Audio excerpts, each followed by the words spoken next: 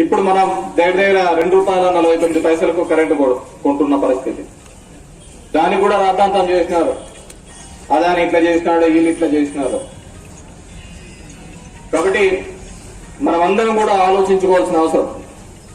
చంద్రబాబు నాయుడు చెప్పినాడు, ఆ కూటమిలో పార్ట్నర్ అయినటువంటి ప్రశ్నిస్తానని పెట్టిన పార్టీ అయినటువంటి పవన్ కళ్యాణ్ గారు చెప్పినారు, ఏంటి కరెంటు ఛార్జీలు అంతా ఎలా పెంచుతారు, దీనికి ఎవరు అని చెప్పేసి ఊక్కుంటా మాట్లాడినాడు.